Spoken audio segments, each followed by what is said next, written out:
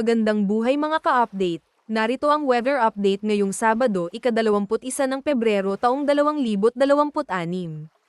Patuloy ang epekto ng amihan kaya malamig pa rin ang simoy ng hangin lalo sa Cordillera at ilang bahagi ng Northern Luzon. May mahina hanggang katamtamang ulan sa Cordillera, Cagayan Valley, Aurora, Quezon, at ilang bahagi ng Bicol at Mindoro.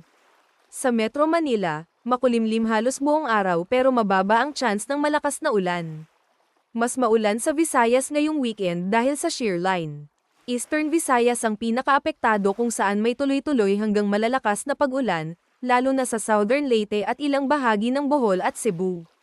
Inaasahan ng buong araw na ulan sa Caraga at iba pang bahagi ng Mindanao, lalo na sa Sabado.